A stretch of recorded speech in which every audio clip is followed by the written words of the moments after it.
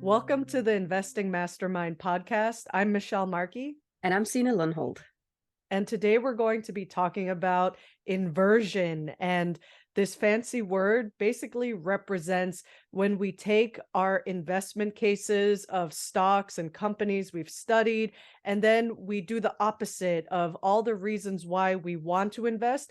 We try to destroy all the reasons why we want to invest in a certain stock in order to try to make our investment case as foolproof as possible, because as much as we might feel in love with a certain company and their products and services, if we just go into it with all the pros of what a company does, we might be blindsided to some of the ugly parts of a company that are not so good, and that could eventually reveal weaknesses and reasons as to why it might eventually not be a good investment idea. And part of this concept comes from one of the best investors of all time, Charlie Munger, who was trained as a lawyer. And he was trained that in order to make a legal case, you have to also be able to argue the other side. And he is quoted in saying, "You must force yourself to consider opposing arguments, especially when they challenge your best loved ideas." And so when Charlie said that quote, he is saying that in order to really prove to yourself that you understand a business, you have to be able to argue the other side of it as to why it's not a good business. And so if you can do that successfully, you can assure yourself that it is more likely going to be a better investment after you've gone through this very difficult step of trying to destroy this very much loved idea that you have of you really want to invest in something, but you have to hold yourself back a little bit and consider the other side before you proceed. And so with that, today is going to be the last part of an ongoing series on Warren Buffett and Charlie Munger's investing principles that we've been talking about over the last 4 episodes. And as we've done before, we've included Sina's checklist about how you go through each of these principles in a stepwise checklist kind of way so that you can build a strong argument and also incorporate these inversion cases so that you can make a really strong investment case. And so with that, let's continue with Sina's checklist on inversion. Yeah, thank you so much, Michelle. So when you open the checklist, and you can find it in the show notes, as Michelle mentions, please scroll down to the very last part of the checklist that's called inversion.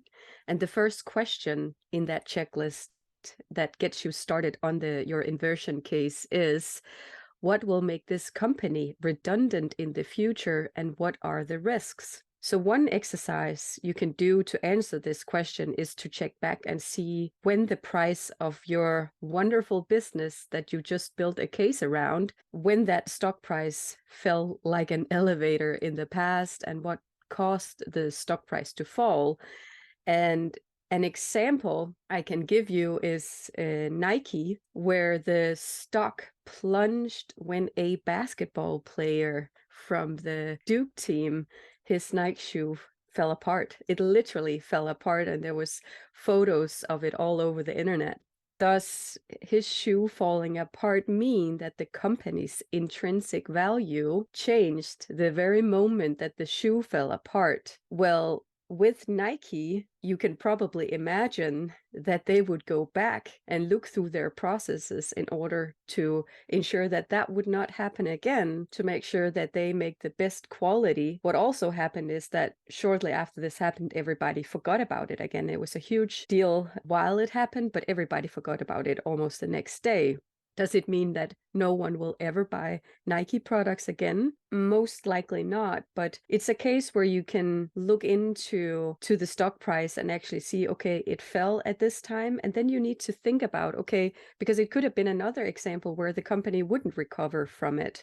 In this case, it was a short crisis, and in this case, investors could take advantage of it. If Nike is a wonderful business, you would have to build a case around it, of course, and not just because I'm mentioning Nike here, you shouldn't buy the stock. For sure, you need to do your homework. But that's an example of where a stock price falls, and you can go in and actually do some research on why it happened. Right.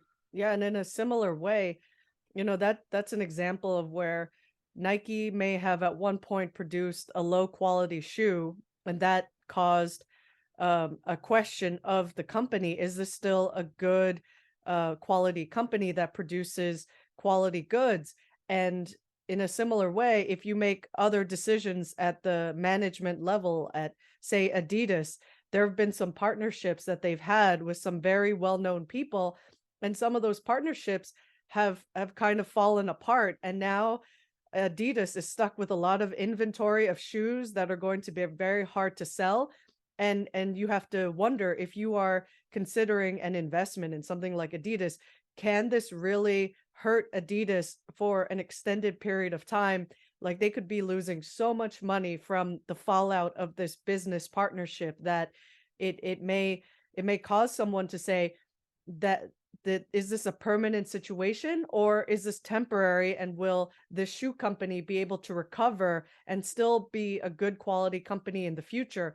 So all of these things are cases you have to ask of, how severe is the impact of some of these events that occur, and is it kind of a death blow? Is it a nail in the coffin and the end of a company? Or is it just a temporary blip, and they will otherwise, figure out the problem and resolve it and then go on to be stronger and better in the future? Like, hopefully Nike and Adidas will continue being strong companies in the future.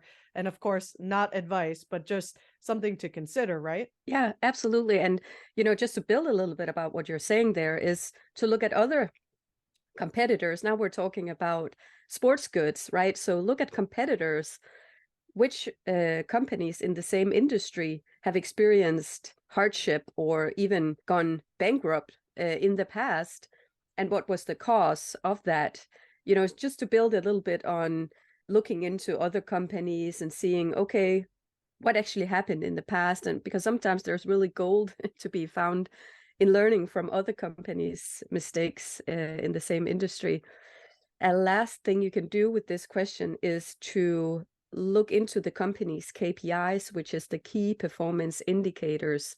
Today, companies might have North Stars or OKRs, but in essence, you need to find out how performance is measured in that industry and in this company. Oftentimes it's sales numbers, it's something like net promoter score, daily active users. It really depends on the industry. And if it's the company is within your circle of competence that we talked about in the first series, then you might already know the KPIs, or it's easy to find them online. And once you find these KPIs, it's interesting to look into, okay, so how has businesses failed on these KPIs in the past when they didn't achieve the results of the KPIs?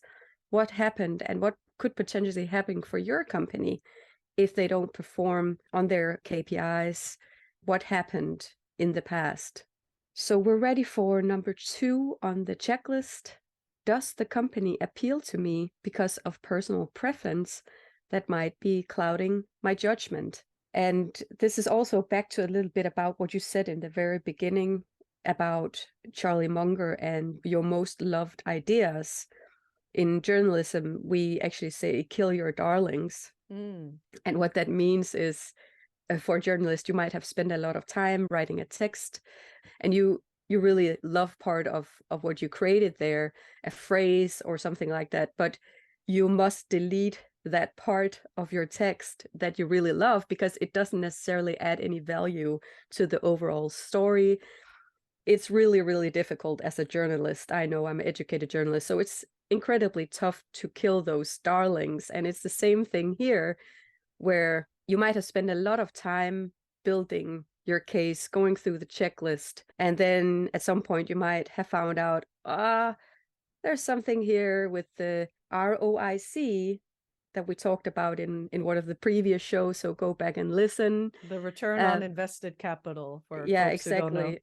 Yeah, and there might be something where you should have probably stopped investigating at that time, but you continued because you had spent so much time or whatever. So this is the point where you just want to pause and see, do I have a bias towards anything here? Mm-hmm.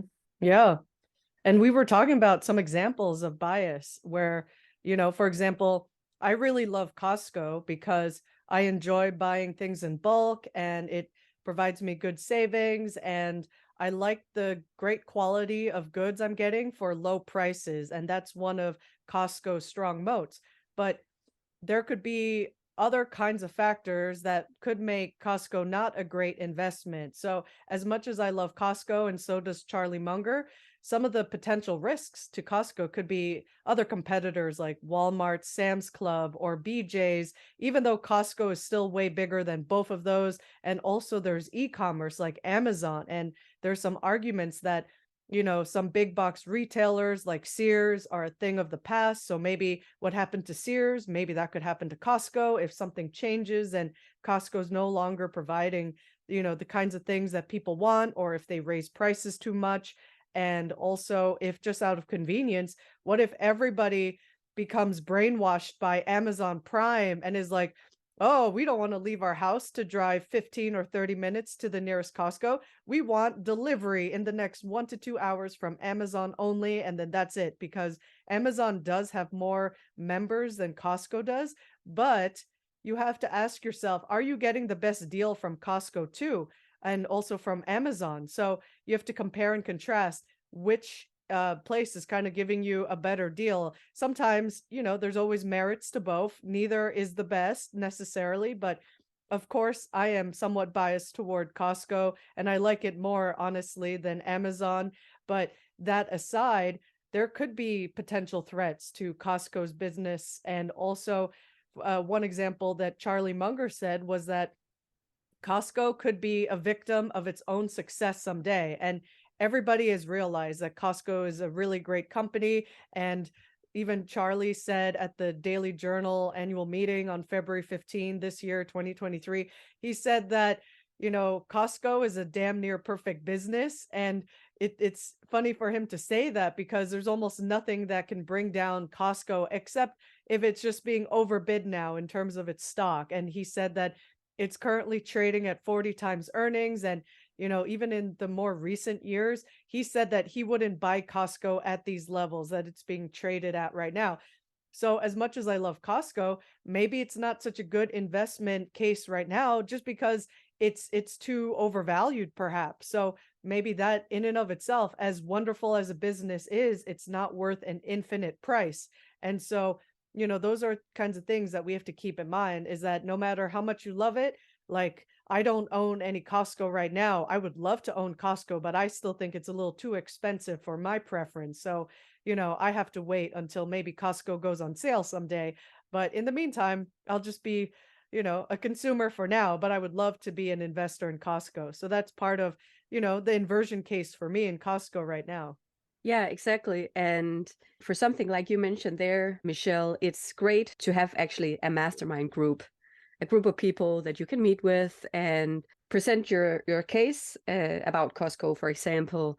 The group can tell you what they think about your investment. So a mastermind can be super strong. If you have any biases, they're able to actually highlight that for you, or maybe they know something about the company or the industry. Because the reason why we're also inverting is because we don't want to lose our hard-earned money. We're business professionals. We've worked hard for our money, and we don't want to lose the money when we invest. So we want to make sure that we only invest in wonderful businesses that are winners. And that's why we're doing all of this. And in the past, I've experienced like Peloton, for example, which is a incredibly popular company because of the app, but where the business isn't super wonderful. So, when going through the checklist, you might have a bias towards Peloton because you really love the product and is kind of compromising other things, at least, how Peloton is today. In the future, who knows where the company is going. I can just speak of what has happened in the past, and which is not very wonderful. Potentially new management could completely turn it around, but as the type of investors we are, we definitely want to see good track record for a good amount of time. And this is where you might have to pause and say, well, I really love the product, but honestly, it's not a wonderful business. And it can be incredibly hard because you might have spent a lot of time, you might really enjoy the product, and then you discover, okay, it's not as wonderful as I thought it would be. Mm-hmm. But again, think about your hard-earned money and that you don't want to lose money, but you want your money to grow. Right. And the case about Peloton too is they sort of like were growing so fast and they were trying to produce more of those bikes that were very expensive and they were falling behind schedule, and there was just so much demand during the pandemic years, and they kind of like almost grew too fast for their own good, and it sort of they kind of imploded because they didn't maybe have proper processes to grow in a scalable way, and they were such a new company. So like we've talked about, Sina, is like we look for companies that have been around for at least 10 years and we can see the financial data for them, and we can study their track record over time to see how do they perform over a longer period of time, because Peloton became too popular too fast, and it's like like a shooting star, it like burned out. So Yeah, but also management in mhm, Peloton really, mhm, sorry, but yeah, well, how to say this nicely, they really, took out a lot of money from Peloton to get paid mhm, for the extraordinary success the company had. And that's also definitely something when you walk through management to just, make sure to check management, how invested they are, but also what do they actually pay themselves? mhm. Does the CEO have a high paycheck? Right. And are they investing back into the company by buying the company stock, or are they just taking advantage of like stock incentives, like options and so on, like, kind of taking more money out of the company than they're kind of investing back into it? Absolutely. Once you've asked yourself that second question and you found, let's say in the Costco example, that you're comfortable moving on to the very last question on your checklist, then the last thing you need to ask yourself is, with these risks in mind, this is why I still believe that this company will win. And now you have to kind of flip back again. So you take all the points that you found in question 1 and 2. You found, when the stock price fell and maybe something about KPIs, why a competitor fails, etc. And then you write down why you think this business will not fail and fall into some of these traps and risks that you just described. And these steps really require that you read the annual reports of the company and you listen in on earnings calls, and everything you've done up until now with your checklist will help you answer this last question. So you want to study and build your whole case with the checklist, because then question number 3 should be easier to answer. Mm-hmm. Yeah, if you've done the hard work, and like one thing I've witnessed with Costco is that it's pretty recession proof. Like even during the worst of the pandemic, people were still lining up with all the shopping carts, snaking around the building, outside of the building in super long lines just to get into the Costco. So like Costco has proven that their dominance, like they're not going out of fashion. Not even a pandemic can hold the people back from Costco. So, that is to me a strong sign of Costco's dominance in this area of providing really great quality stuff, like at bulk prices and at low prices. So it's pretty amazing that they've been able to do that. And you can see that proven out, like Sina said, in the financial performance. Like if you look at the 10K, you'll see the increased cash flows and increased earnings. Like there's a lot of markers that can, back up what you're seeing happening in real life, and also on the balance sheet and income and cash flow statements, what is being demonstrated there. Yeah, exactly. But that was it. That was the checklist. For me, doing this work, it can take a weekend if it's something I'm really motivated to do, or if it's a company where I think it's interesting, but I'm not necessarily super motivated, then it takes a lot longer. How about you, Michelle? Do you know how long time does it take for you to build a case? I know it's a difficult question, but just so listeners who might feel very overwhelmed now Mhm. know how much time they should spend putting into this. Yeah, so I think overall, when I'm going through this whole checklist, I try to take it organically, like take as much time as I need and spend maybe a few weeks gradually building up the answers to some of these checklist items because, we're all busy. We have jobs and families and real life. So, it can be whenever you find the time. So it can take me sometimes a few weeks between reading the reports, like the annual and quarterly reports, and then online articles about a company. And then I'm building out my spreadsheets with calculations and facts. And I have like matrix tables that I create of, some of the investment cases, like let's say the investment case for the company and also the investment case against the company. And then I do another column and say, this is the rebuttal to the inversion case of why I shouldn't invest. And then I try to come up with an argument as to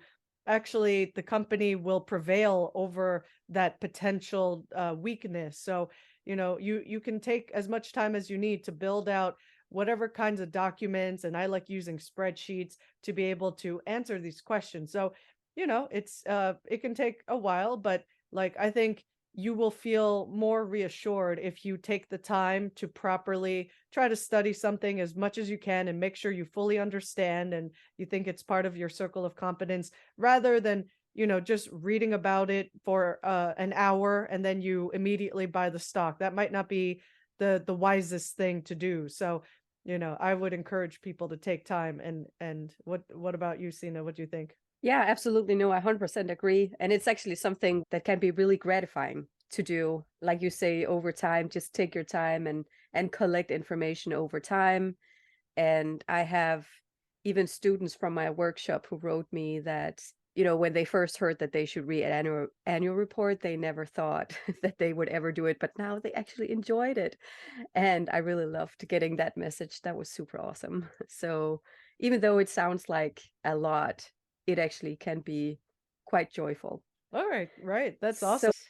it's time to say goodbye for now. Thank you so much for listening in, and we'll be back on Tuesday. Till next time.